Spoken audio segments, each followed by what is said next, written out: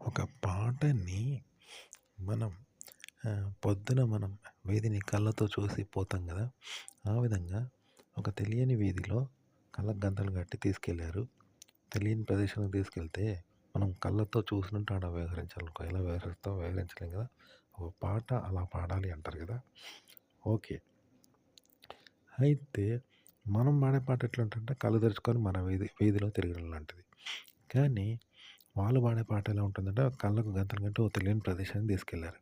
అప్పుడు మనం అక్కడ కళ్ళున్నట్టే వ్యవహరించాలి అంతా చూసుకుంటూ తెలిసినట్టు. కానీ అది అలా వ్యవహరిస్తే ఎంత కష్టం.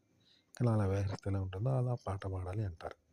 అయితే కంటెంట్ క్రియేట్ చేయడం కూడా ఇలాంటిదనమాట. లేదా వేరే వాళ్ళు రాసిన ఆర్టికల్‌లో చెప్పడం కూడా ఇలాంటిదే. ఇది ఎలా ఉంటదంటే ఒక స్త్రీకి ఏం చేస్తారంటే అసభ్యంగా డాన్స్ చేపిచ్చారు. ఆ!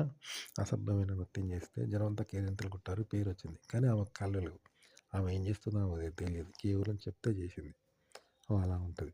అంటే ఇప్పుడు ఒక కుక్కతోటి మిలిటరీలో బాగా కొట్టి దాన్ని డ్రిల్ చేపిస్తారు. అదేమన్నా మనిషా? కేవలం దెబ్బలతో కొడితే అలా చేస్తది తప్ప దానికి మనిషి లెక్క తెలవదు కదా! గుడ్డిగా చేస్తది. అగో ఇలా వస్తది కంటెంట్ చెప్పడం, పాట పాడడం, కంటెంట్ చెప్పడము, కెమెరా ముందు కంటెంట్ మాట్లాడడము, క్రియేట్ చేసింది చెప్పడము, లేదా పాట పాడడము ఇలా ఉంటదనమాట. ఉదాహరణకి ఓ భాష తెలియని మహిళతో అసభ్యమైన పాటలు పాడించారు.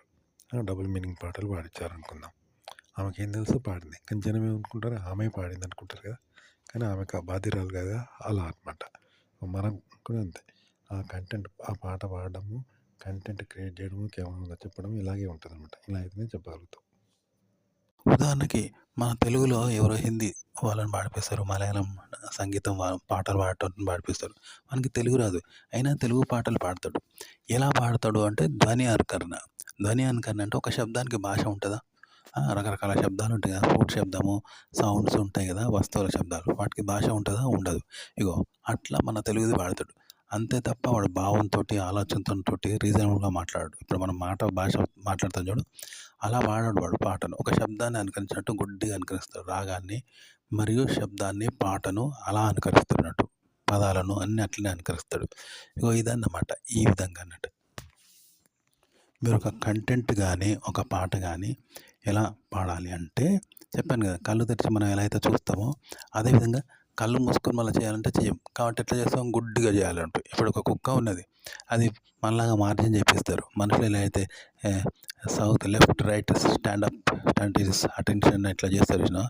అది కుక్కతోటి కూడా చేపిస్తారు. కానీ అది నిజంగా మనిషి చేసినట్టు కాదు. దానికి ఏది తెలవదు అది కుక్క. కానీ దాన్ని బాగా హింసిస్తే గుడ్డిగా చేస్తా ఉంటది పాపం. చూసినావా? కాబట్టి అది పాట కూడా అదే అన్నట్టు. అలా పాడాలి. లేదా ఆర్టికల్ చదివినా ఇలాగే చెప్పాలి.